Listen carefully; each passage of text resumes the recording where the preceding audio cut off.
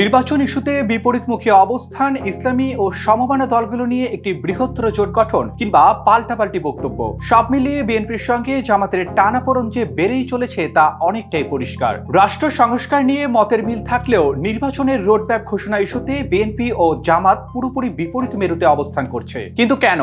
দীর্ঘ 25 বছরের রাজনৈতিক মিত্রদের মধ্যে হঠাৎ কেন এমন বৈরী সম্পর্ক তৈরি হলো?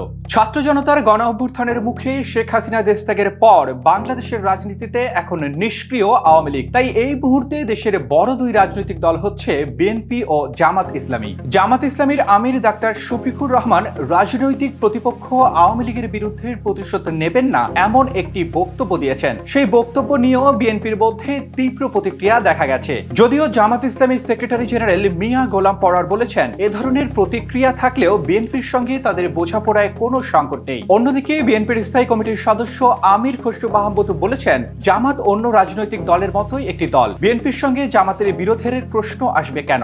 রাজনৈতিক বিশ্লেষকদের মতে আওয়ামী লীগ মাঠে না থাকায় রাজনীতির মাঠে এক ধরনের শূন্যতা তৈরি হয়েছে। তাই ফাঁকা জায়গায় একটি বড় শক্তি হিসেবে রাজনীতিতে সামনে আসার লক্ষ্যে নানামুখী তৎপরতা চালাচ্ছে জামাত। সম্প্রতি তৃণমূল থেকে শুরু করে দল দুটির শীর্ষ নেতাদের বক্তব্য ও কথাবার্তায়ও নানা বিষয়ে বৈরীভাব স্পষ্ট হয়েছে, যেটি প্রকাশ্যে আসে গত আগস্টের মাঝামাঝি। অন্তর্বর্তীকালীন সরকারকে নির্বাচন আয়োজনের সময় দেওয়া নিয়ে শীর্ষ নেতাদের বাহাস চলছে, তাদের বক্তব্যই তা ফুটে উঠেছে। দুইটি দলের সূত্রেই জানা গেছে, অন্তর্বর্তীকালীন সরকার গঠনে প্রভাব বিস্তারের প্রতিযোগিতা হয় বিএনপি ও জামাতের মধ্যে। বিএনপির নেতাকর্মীরা জানান, আইন, বিচার, সচিবালয় থেকে শুরু করে গুরুত্বপূর্ণ বিভিন্ন প্রতিষ্ঠানে আওয়ামী লীগের লোকজন সরিয়ে নতুন পদায়ন শুরু করে অন্তর্বর্তী সরকার। বিভিন্ন শিক্ষা প্রতিষ্ঠান, ব্যাংক, বিমাতেও চলছে রদবদল। কিন্তু এসব জায়গায় জামাত ঘেঁষা কিংবা তাদের সমর্থকদেরই বেশি প্রাধান্য দেওয়া হচ্ছে। ঢাকা বিশ্ববিদ্যালয়ের নবনিযুক্ত উপাচার্যের দল সংশ্লিষ্টতা না থাকলেও